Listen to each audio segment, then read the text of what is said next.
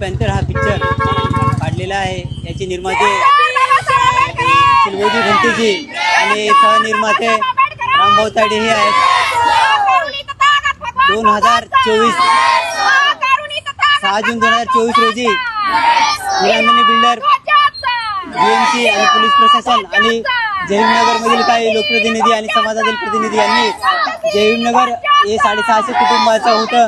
ते 650 कुटुंबाच्या घरांना रोडवर आणण्याचं काम केलेलं आहे. परंतु या 650 कुटुंबाला रोडवर आणण्यासाठी येथील काही लोकांना हिरानंदिनी बिल्डरनी करोड रुपये दिलेले आहेत. या करोड